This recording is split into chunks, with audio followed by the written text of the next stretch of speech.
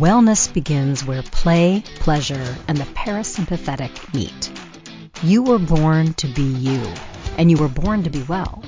Your body is always trying to find its way back to health. Now, here's the host of Your Healing Playground with Dr. Tina Koopersmith. Hello, welcome to everybody, whether it's morning, noon, or night when you're listening. Today's episode, Nails, Hammers, and Nervous Systems, Rethinking What Heals. You are listening to the podcast, Your Healing Playground. I am your host, Dr. Tina Koopersmith, and you are listening on the Inspired Choices Network. Have you ever heard the expression, when all you have is a hammer, everything looks like a nail? Well, Western medicine has, in my mind, totally monopolized our mindset that we literally have begun to believe, one, if you don't go to the doctor every year, you're going to get sick, as if our preventative visits are significant, are what prevents the real illness.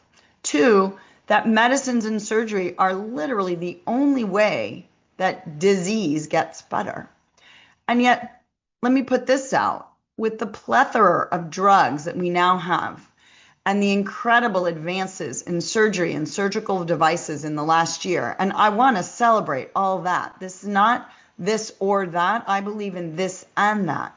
But with all these drugs, all these medicines, all these technological advances, how come we don't have less disease, but rather exponentially an increase in chronic physical and mental illness both? Now, I really am a believer of Western medicine. I grew up as the daughter of a surgeon, and my father healed so many people. He was a great surgeon, really in the trenches, operating every day, making people better from acute illnesses. When the gallbladders were infected, if there was, cancers in the bowel, cancers elsewhere, taking out cancers was really critical. Taking out appendicitis with infection, draining abscesses, all of this acute care illness, prescribing antibiotics when the bacteria overwhelm the system and the system is getting very, very sick. Fabulous need for Western medicine. This weekend, I had a family member who got sick, and I am absolutely indebted to the emergency room people who took him in immediately and gave him the care that he needed. And so this is not to get upset with Western medicine. I'm in the fertility world, and IVF, in vitro fertilization, and sperm washing and inseminations have revolutionized and brought joy and pleasure and families to people who would not have otherwise had families. So this is not about critiquing the system we have. This is about adding to the system we have. This is about understanding integrative medicine and root cause medicine. And what I want to remind people is, the scientific method has been about using science to systematically and logically get answers. And that's great. It's really important. But as a human race, we've had thousands and thousands of years of how did we live? And were we always sick? And we hear the stories of that our lifespan is so much longer now than it used to be. And while that's true, some of that is because people would die young from infectious diseases, measles, mumps, rubella, and other infections like appendicitis or gallbladder infections. And there were cancers, but not to the level we have now. And so if you made it out of childhood when you were in the 1800s, let's say, or the 1700s, many people did live long lives in their 70s and 80s and stuff like that. And so something about how they were living must have they must have been doing something right. And so to throw out all of human lifestyle and human behaviors that may contribute to a healthy mind and a healthy body and healthy emotions and a connection to something larger than ourselves, that's critical to health as well. And yes, association is not always causation. And people forget that science also includes the observer. And so when we do a science experiment, we have a hypothesis that we put out, and we're looking to prove or disprove the hypothesis.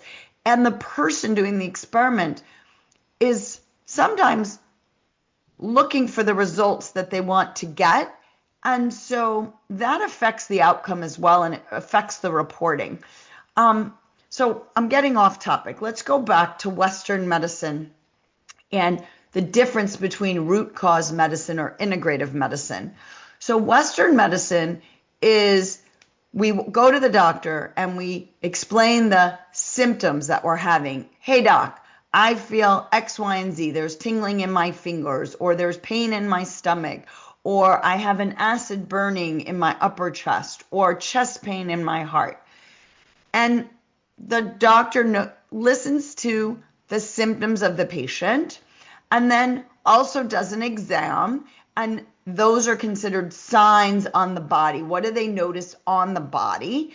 And then we add lab tests and ultrasounds and x-rays to get a deeper view inside the body. And then we put all of that together, and from a very, very, very long list of numerous diseases, we come up with a name for an illness. And then we go back in that book and said, okay, in this book of medicines, in this book of diseases, these are the medicines or surgeries that we do to treat it. And you'll have this disease forever. And there have been so many diseases described. But if you go under that level, what functional medicine kind of does is say, you know, there's a lot of diseases that we have at the end of their name. The Latin word is itis, I-T-I-S. And that means it's inflammation. Well, if it's inflammation in organ A, or inflammation in organ B, or inflammation in organ C, seems like the underlying problem is inflammation. So maybe we should look at what's causing inflammation in the body. And maybe the primary problem is inflammation. Maybe in other cases, the primary problem, a lot of people have fatigue nowadays, and parts of their organs aren't working super well. And maybe it's a lack of energy, and the cells don't have enough energy to do what they're supposed to do. And so maybe that's a metabolism problem. We're not getting enough energy in, or we're using too much energy, and so the balance of energy is off. And so maybe the underlying problem is an energy imbalance, and we need to heal that. And maybe it's toxins in the body, and we're not getting rid of toxins. And those toxins could be exogenous outside toxins, like chemicals in our environment that are skyrocketing nowadays and are fooling the body because they're binding to organs and we get confused. And maybe it's an infection, and we're not going deeper to look at all the bacteria and the other stuff that might be in the body, in the gut. So all I'm saying is, there may be lots of different names for disease, but the underlying problems actually may be similar. And if you go even below that, perhaps the energy imbalances and how we do life differently may come from choices of lifestyle. And we're thinking differently. So if we're ruminating all the time and focusing on fear of illness, then number one, the subconscious often tries to give us what we focus on. So, and we're ruminating, which uses lots and lots and lots of brain energy. And so the brain is a very small part of the body physically, but uses so much energy. And so if we aren't getting enough energy because we're eating the wrong foods or the gut has been damaged, then we're not absorbing the energy that we're getting in. And so we get into energy imbalances. And so functional medicine is taking Western medicine and making it a systems approach. We have one body, and if one organ is off, that's going to affect other organs. If hormones are off in one place, it's going to affect other organs. If we take a drug that helps one part of the body, there may be side effects that are bad for another part of the body. And so the body is an incredibly intricately wired self-cleaning oven, if you will. And it's always trying to get back to equilibrium, to homeostasis. And so when we are ill, it means that somehow we're doing something that's pulling us off the center of the seesaw to one side or the other. And we need to do something to pull us back. And so functional medicine is trying to get a systems approach and using Western medicine, but using more than that. And then integrative medicine is using tools outside of Western medicine. So those tools could be energy healings. They could be psychological healings, changing how you think. They could be meditation, which helps you not focus on your thoughts. They could be Reiki,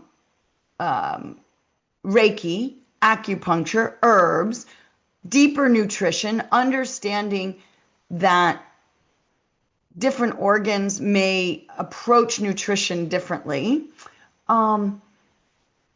There could be massage, physical therapy, chiropractic. There could be homeopathy, which is the law of similars, which to me for many years made very little sense. How would taking the smallest, tiniest little bits of something actually help the body heal? And yet, when I looked at vaccination, we use vaccines all the time. And vaccines are there. Same thing, we take an illness that kills and we weaken it and we give it in very small amounts in a weakened amount. And lo and behold, we get immunity to this bug. So there are so many other ways of healings that have been around for many, many, many thousands of years. And it was part of the culture. People had meditative practices, morning, noon, night, or morning and night. Maybe it was religious, maybe it was just meditation. And the science wasn't there yet to explain what happens in the brain when we meditate. And now science is catching up with us, teaching us that it works.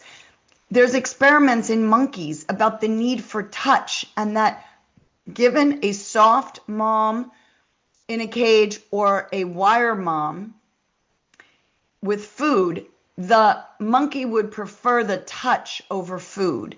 And humans need touch. And we learned that during COVID when we caused lots of mental illness, which may have led to higher sensitivity disease or lower resiliency, because we are social species and we need connection and touch. And so massage and physical therapy really help. Talk therapy and having connections to humans help. And so we can't split the mind and the body. We can't split the emotions. And we are one big system. Again, a self-cleaning oven. We have a thermostat, and we're always trying to get back to equilibrium. And the body can heal so much if given the right tools. And so we need to learn what tools we can get to get us healthy, and use the drugs and surgery for short period of time, for the acute illness, to get you well enough to build the behaviors that help you stay well. And This is the perfect time for us to take our first break. Let us take a breath. You are listening to Your Healing Playground. I am Dr. Tina Coopersmith, and this is the Inspired Choices Network. Your Healing Playground is the space where science, spirit, and sensation dance together. Your host, Dr. Tina Coopersmith, physician, coach, healer, and play advocate, returns weekly to remind you that healing isn't just about pills and protocols. Western medicine is just one of many healing modalities. True wellness is about energy, emotion, pleasure, and play. On this show, Dr. Tina explores the playground of your body, mind, heart, and soul. From neuroscience to sensuality, from root chakra to real talk. She'll share tools, stories, and soulful strategies to shift you out of fear and back into joy. Because if you're alive and breathing, your story is still unwritten, and you deserve to write it with love.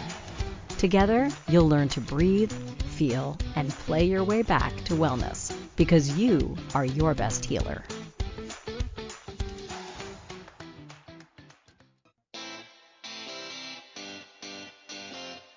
Are you a subject matter expert? Are you here to share your expertise with an audience waiting to hear from you in only the way you can deliver? Are you ready to have your voice amplified across the airwaves? Inspired Choices Network has a global radio platform streaming to millions of people across the world. Professionally produced and supported by an accomplished team every step of the way, you can broadcast from anywhere in the world, knowing your voice matters, and we ensure it is delivered with ease and efficiency. Eager to hear your message, the world awaits. Contact us today to become an Inspired Choices Network radio host. Email becomeahost@inspiredchoicesnetwork.com. This is Your Healing Playground with Dr. Tina Coopersmith. To participate in the program, join the live studio audience in our chat room at inspiredchoicesnetwork.com. You can also send an email to info@womensreproduction.com. Now, back to our program. Welcome back. Welcome back. You are listening to Your Healing Playground. I am your host, Dr. Tina Coopersmith, and we are on the Inspired Choices Network.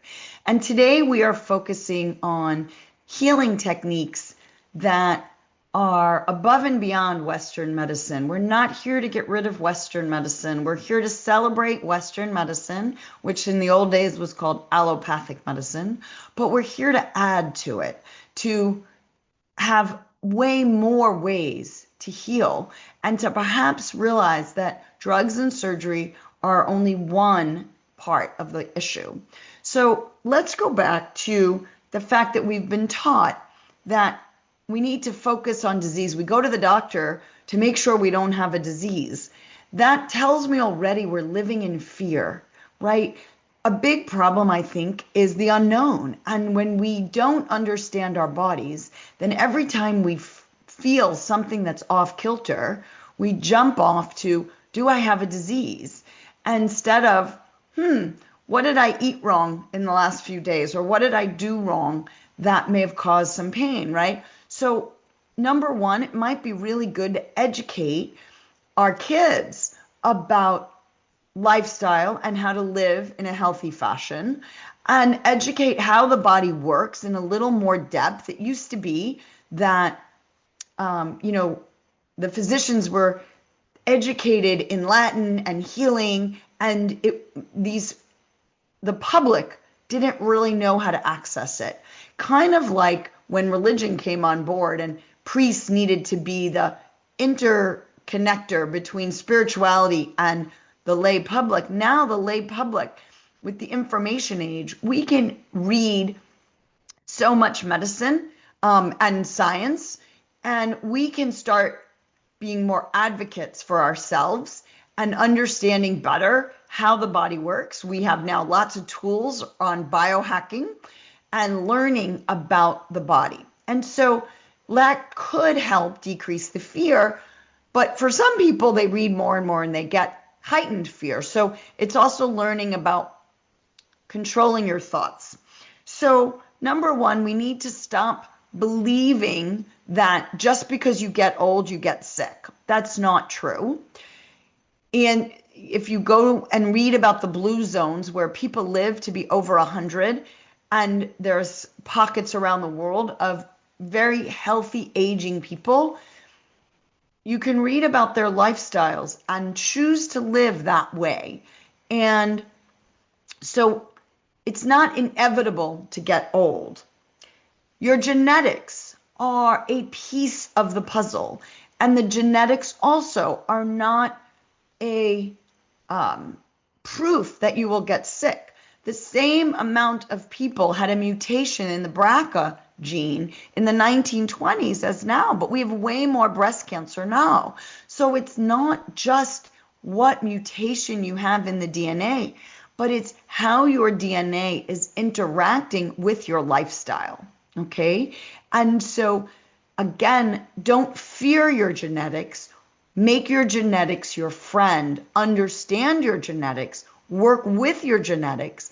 And if you have certain mutations, which I have certain mutations on how I metabolize folic acid, which is a vitamin. And so I make sure that I eat foods that work better for my body because I don't convert folic acid to folate very well. So I need to take folate and that vitamin in vegetables and not in rich flour. So, there might be supplements. So knowing your own genetics can help you proactively change your body. So we don't want to fear getting old. We want to stay young. There's a great book by Peter Attia called Outlive, and he says, what do you want to be able to do when you're 100? And can we dial it back? So you want your future self to determine how you live in your present self, and then take steps to live that way so you can stay healthier longer. We don't want you living in fear. So the biggest part of modern society and illness is that we live in a society that is so rushed and with overload on information. And so most of us are living with the sympathetic nervous system. Fight, flight, freeze, please, collapse. And we're on this conveyor belt that keeps speeding up with more and more information. And our nervous systems are constricted, and they're looking for fear, and they're looking for, am I safe? Am I safe? Am I safe? And that's not a bad thing to have a fear mechanism to make sure you're safe all the time. But in the old days, the body safety was, am I dying? Is there a lion about to kill me? Am I going to be someone else's dinner? Am I in a flood or a tsunami and I need to get to higher ground? Okay. And we need to have a sympathetic nervous system to keep us safe when we are truly running from a predator or needing to build shelter from weather.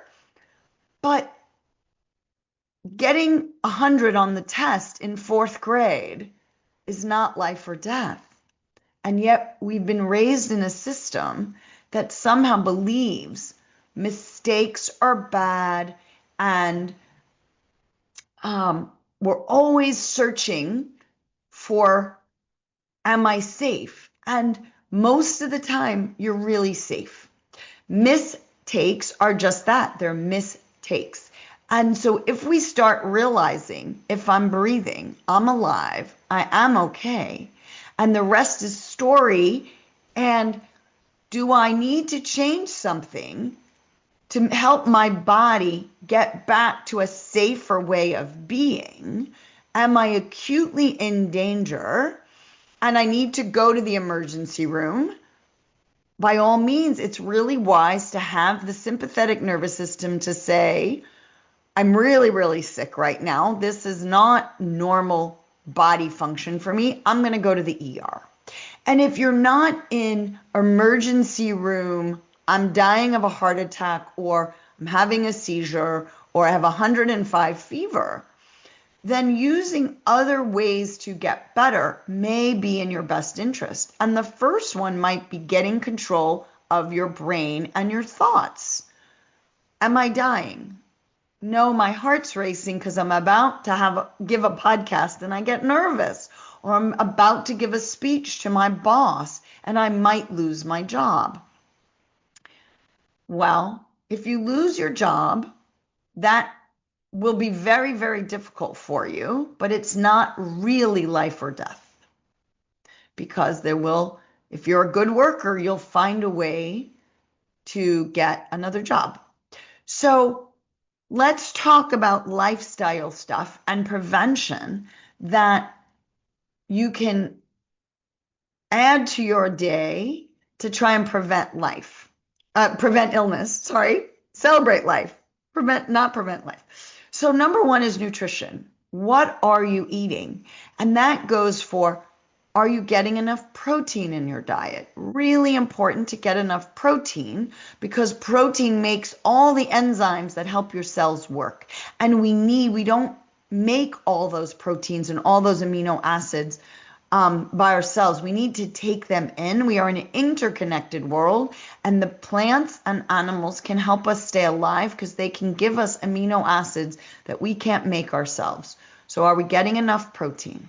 Are we getting enough vitamins? Vitamins are like, if the protein are the machinery, vitamins are like the locks, or the key that goes in the lock to turn the machinery on. And if we don't have enough vitamins, we can't turn the machinery on, and we can't make energy. And if we can't make energy, the cells won't work. So we need all the different colors of the rainbow, because those tell us we're getting a variety of vitamins and minerals. We need fat. Our cell membrane is made of fat. And the cell membrane, without the cell membrane surrounding all your cells, each cell, we don't have a cell. And the cell membrane controls, with the proteins in it, what comes in and out of the cell. And what comes in and out of the cell is the things like the amino acids, the sugars, the vitamins, the minerals, to help the DNA get turned on and off so we can make the machinery, so that we can make energy in the mitochondria. And so if we don't have good fats, then we can't get the cell membrane, and we can't detox stuff. And so we need protein, we need fat, we need vitamins, we need mineral, and yes, carbohydrates are sugars, and we need those because those are an energy source. But we don't need as much sugar as we're getting. And we need healthy fats, not unhealthy fats. We need real fats that nature made, okay? Avocados, nuts, seeds, avocado oil, olives, olive oil. Those are your best fats. We need all the colors of the rainbow, lots of fruits and vegetables, healthy proteins, beans, nuts, tofu, animal protein if you choose, from healthy animals. We don't want to be eating their stress, their antibiotics. So food is energy. Food is communication. It tells the cells and the DNA which DNA to turn on and off. So eating is a social activity, and we need social connection to ourselves, to others. When we eat, we have gratitude, which lifts our emotional state. We tell our body we are safe to eat.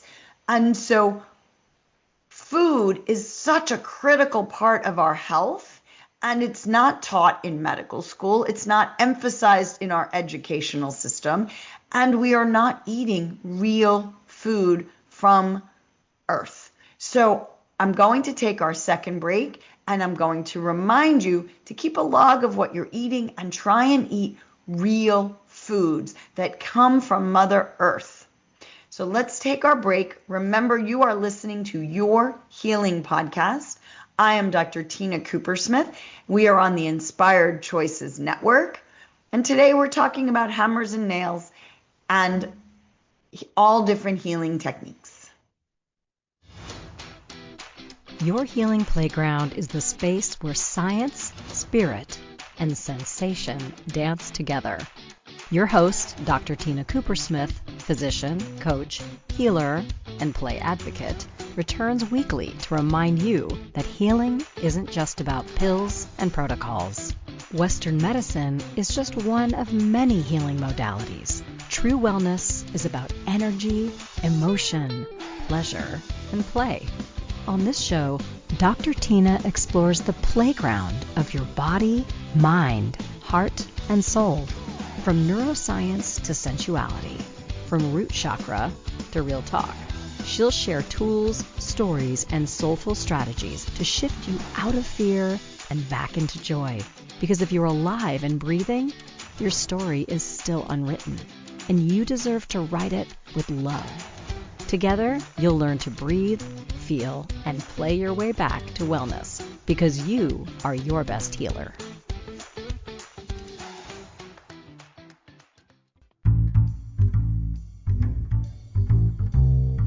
How wonderful would it be to carry your favorite Inspired Choices Network host with you throughout your day? Well, now you can. Inspired Choices Network now has its very own mobile app. Our free app offers live streaming shows, along with thousands of podcasts and TV episodes. Our shows cover a wide variety of topics. Whether you're waking up with us, carrying us through the day, and taking us to bed with you, we're always here for you to enjoy. We're easy to find. Just search for Inspired Choices Network in the Apple App Store or Google Play Store. This is your healing playground with Dr. Tina Coopersmith. To participate in the program, join the live studio audience in our chat room at inspiredchoicesnetwork.com. You can also send an email to info@womensreproduction.com. Now, back to our program. Welcome back, my friends. You are listening to Your Healing Playground podcast. I am your host, Dr. Tina Coopersmith, and we are on the Inspired Choices Network. You can follow me at womensreproduction.com or Dr. Tina Plays. And let's go back to what we can do to help our bodies stay healthy and help our bodies return to health when they've been thrown off the center. So again, what I've talked about is we have two nervous systems, a sympathetic nervous system, fight, flight, freeze, please, or overwhelm. We heal when we're in the parasympathetic nervous system. Rest, digest, relax, and reproduce. And we need to activate that parasympathetic nervous system to have our bodies do the healing for us and have our bodies prevent the illness, okay? So two people can show up and be exposed to a virus or a bacteria. One gets sick, one doesn't. And the difference is not the virus. The difference is the way the virus interacts in their body. And so if their body was compromised or living in that fight, flight, freeze, or please, it is way more likely that it might get ill. And so we need to do things to help the body get back to its healing mode, that parasympathetic nervous system. And life is like a seesaw. There's always the ins and the outs. So we talked in the last segment a lot about food. And we need the right food. We need proteins, vitamins, minerals, healthy fats, okay? We need real foods that were put on this planet for us to eat. Lots of designed food. If it comes out of a box or a bag and was never on this ground, if it comes out of a chemical plant, it's chemistry, and it may not really be food chemistry, like baking a cake is chemistry too, but we want to eat real foods, right? But we need the ins and the outs. So food is really critical to our health, but to get the food into our cells, we need a healthy gut. So we need to be in that rest and digest parasympathetic nervous system where the gut is relaxed and not constricted and super tight so that the food can cross. If you are racing from a tiger or running an ultra marathon, right, the body is not supposed to be digesting food. The body, if you're running from a tiger, the body says, send all energy, all blood to the heart and the muscles, not to the intestines. It's not important to digest if you're running for your life. So when we live life in that fight, flight, freeze, or please, and we're anxious and neurotic and fearful and rushing all day, we're not in a digestive mode. So when we sit to eat, you want to sit down, you want to have gratitude, you want to take a few breaths, you want to focus on the sensations that you're eating. Ideally, you eat in the company of others. You are telling your body it is safe to eat food, enjoy the food. Now, if you're eating food, the body is a machine where things come in and things go out. And we need to get rid of waste. Imagine if you didn't clean your house of the garbage. It would stay in your house and the house would start to smell. And you might get mold and infection and vermin and all that yucky stuff, right? Your house would be gross. And that's true in your body. You need to empty out waste. So we need a really healthy system to take in the nutrients, and then we need healthy organs to get rid of waste. We need to sweat. We get rid of waste through sweat. That means we need to be well hydrated to have enough fluid to sweat. We need to move our bodies to encourage sweat. And I talk about joyful movement. It doesn't have to be running like a hamster on a wheel at the gym. It can be taking a walk outside. It could be dancing with your children. It could be pushing your kids on a swing. But you need to move your body and sweat some. Very important to sweat and very important to move your body. We need to breathe. We need to breathe correctly. We need to breathe through the nose, not the mouth. If we're breathing through the mouth, doesn't that remind you of someone running away and not wanting to get injured? It is very dangerous for the body to breathe through the mouth. The mouth is a tool for speaking, and it's there for dire needs to breathe. There's an amazing book called Breathe, and they clogged the nose and did a science experiment on mouth breathing. And very shortly after they were breathing through the mouth, blood pressure went up and cholesterol went up and lots of other parameters went to pot. And when they switched, they did 2 weeks one way, and then they switched and they closed the mouth and had nasal breathing, and they slept better. Blood pressure went down, cholesterol went down, and all the parameters got back to normal. The body can heal itself. So we want to breathe through our nose, and we want to breathe slowly. The animals on earth that breathe the slowest live the longest. So slow your breathing down. It tells your body it's safe. And how we breathe can actually direct our body, which nervous system we are using. So if you need to up it because you're doing a running race or because you need energy in the morning to speed we might increase our energy. And if we want to relax, we go in through the nose and very slowly through the mouth. So there are lots of breath work, healing modalities that you can learn that will help you shift your nervous system. Very critical to breathe correctly, and especially when you sleep at night. If you breathe through your mouth, and if you have sleep apnea or snoring, and you're not getting good enough sleep, your body can never get out of fight or flight. The body thinks if you're not sleeping, it's because you're partially awake, because there's a tiger at the opening of the cave. And so the body is saying, oh, we are We're not sleeping. We can't heal. We need to just stay on high alert and run away from the tiger. We need to poop. Defecation is important. We need a healthy liver to detox our hormones and a lot of the molecules, and then we need to excrete them. So we need a healthy bacterial lining in all our intestines to absorb our food and to get rid of it. We need foods that help move things along, like ginger and artichoke. We need magnesium. That's a really critical mineral for muscle contraction. And we need muscle contraction to move our big muscles, but we also need muscle contractions to move our intestines to clear us out. And again, we have to pee and urinate out and clean our blood through the urine.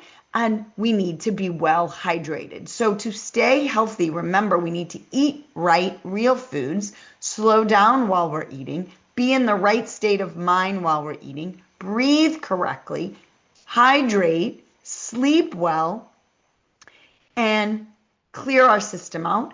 And so we talked about sleep.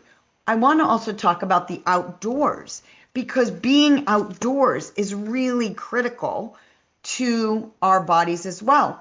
If we're outdoors early in the morning and again at sunset, we are teaching all our organs, oh, we are outdoors. We're not living in a box in a cave with fake light. There's beautiful sun out and the sun is going down. Our organs don't have Apple Watches to know when to work, but we have in our brain, in the pineal gland, a chrono clock, which is to know the time of day so that the organs know when to be active and when they get to rest.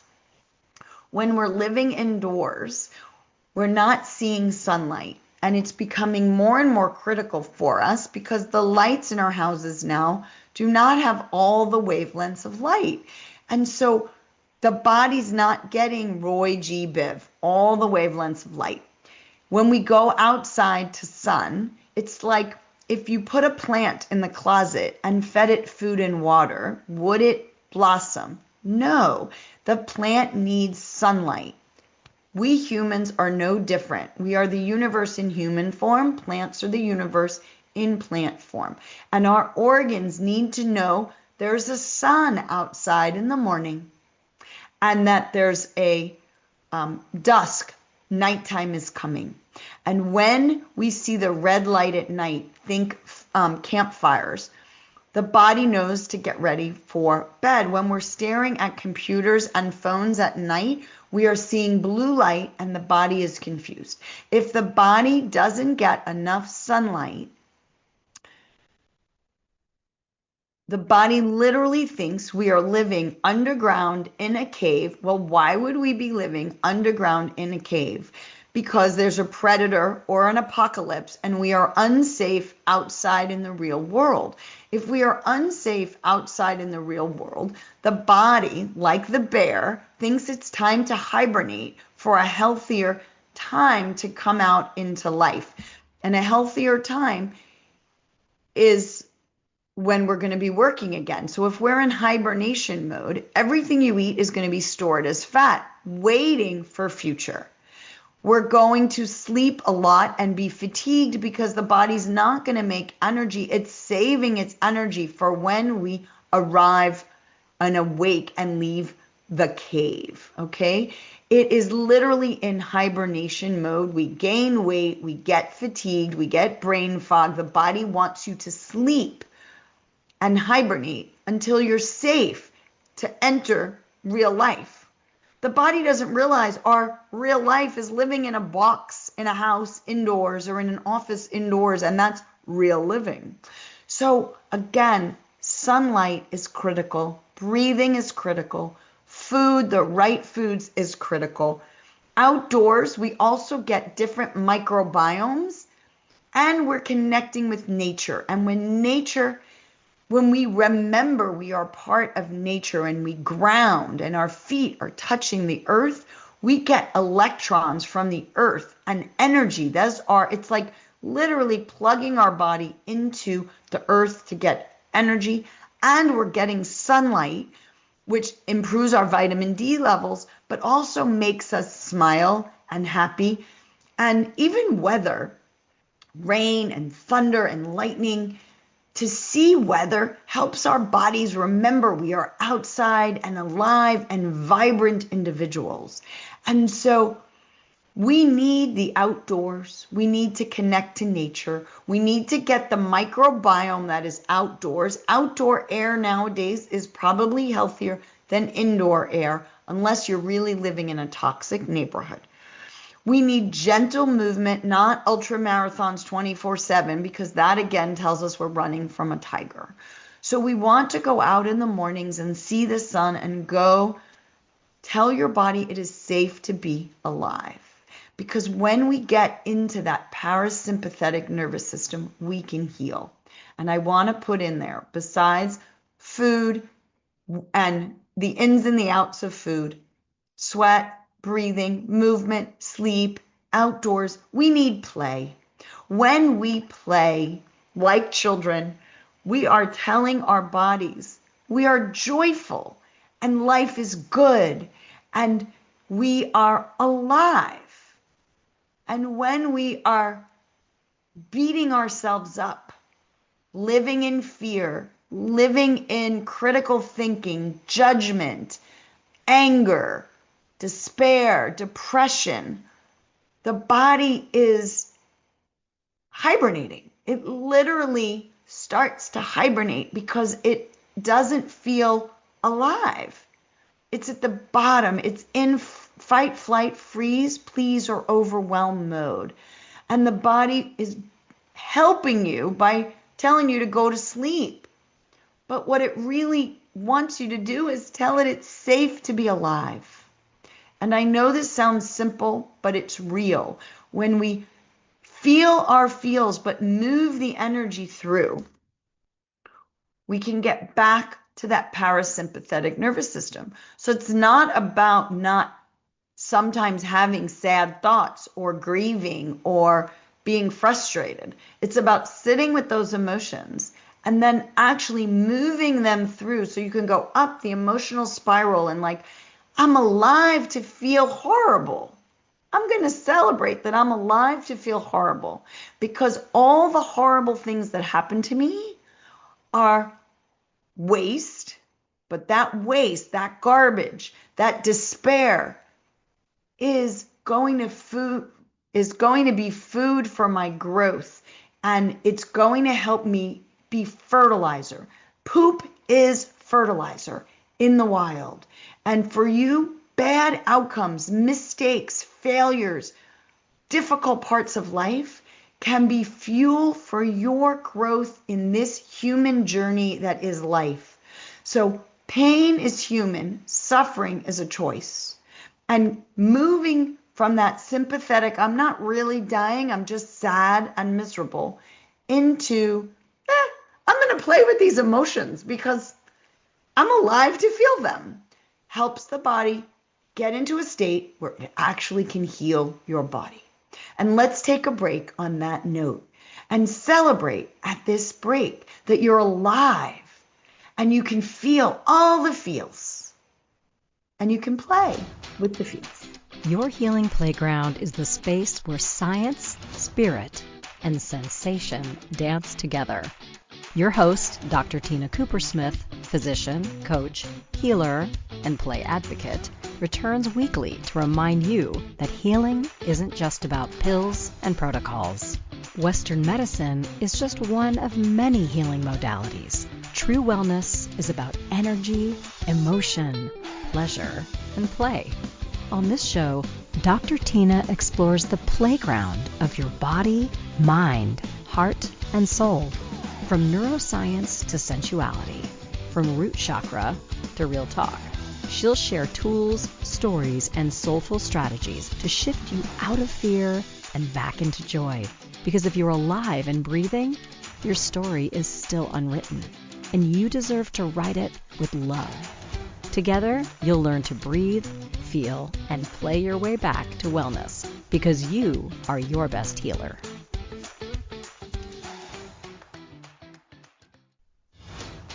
This is Your Healing Playground with Dr. Tina Coopersmith.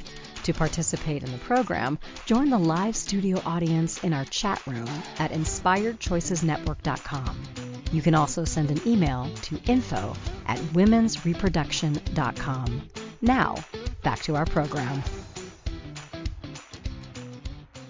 Welcome back, my friends. You are listening to Your Healing Playground. I am Dr. Tina Coopersmith, your host. We are on the Inspired Choices Network, and we are talking about ways to heal that are more lifestyle ways to heal that are outside the standard Western box of medicine and surgeries. And more physicians are coming to the recognition that lifestyle plays a huge role in your health. And I want to go beyond the body in the last few minutes we have, because you are a physical body, and we talked a lot about the physical body today. And I told you that genetics are one little piece of the puzzle, and not to fear your genetics, but proactively act to maximize your wellness based on your genetics. Well, adverse childhood experiences are not genetics, but they are more correlated with illnesses as an adult than your genetics is. Your zip code is more correlated with your lifespan than your genetics is. The people you hang around you become the people you hang around. So your thoughts, your emotions, and your connection to yourself, your connection to others, your connection to life itself, all have real energy forces in them. Your thoughts are real, and they affect that nervous system. Your emotions are real, and they affect that nervous system. The people you are with, the environment you're living in, whether you're indoors or outdoors, near the beach, in a big city, a concrete jungle, has an effect on your nervous system. And what I've been trying to point out is we heal and stay well when we are in the parasympathetic nervous system, when we are living in rest and digest, relax and reproduce. Our bodies will work for us, not against us. So we have to play with our thoughts. We can't control the thoughts that come in, but we can control which ones we perseverate on. If it's a negative thinking, bye-bye thought, you're not my best friend today. I'm going to let you go, and I'm going to call in my best friend who's my cheerleader. I'm not going to listen to the thoughts that are hurting me.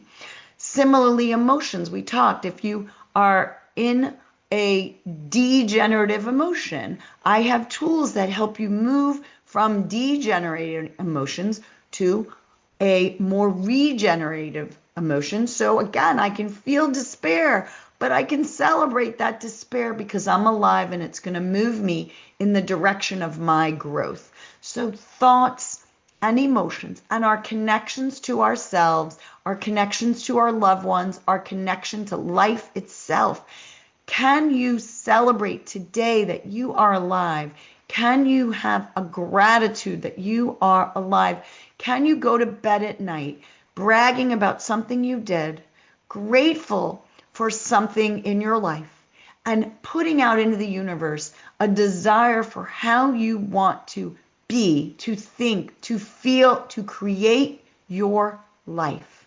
A brag, a gratitude, desire. Thank you, Mama Gina. I will celebrate if you start every night with a brag, a gratitude, and a desire. Those three things, your nervous system will change. And breathe through your nose, get a good night's sleep, go out in the morning and see the sunshine. And I promise you, slowly but surely, you will feel more alive. And when you feel more alive, hopefully you will schedule more play, more pleasure, and that will come around to helping you feel more alive again. And so I invite you to your own healing playground. Start playing in your life, playing with your thoughts, your emotions, your connections, and loving this body, mind, body, heart, and soul. Thank you for today. If you felt something move today, a molecule, a mindset, or your mood, that's healing. Your body listens to your stories, your thoughts, your breath. So speak to yourself with kindness, play with curiosity, and let your nervous system know it's safe to rest. Dr. Tina returns Monday at 11 a.m. Eastern, 10 Central, 9 Mountain, 8 Pacific on InspiredChoicesNetwork.com. Remember, pleasure is a practice and play is your medicine.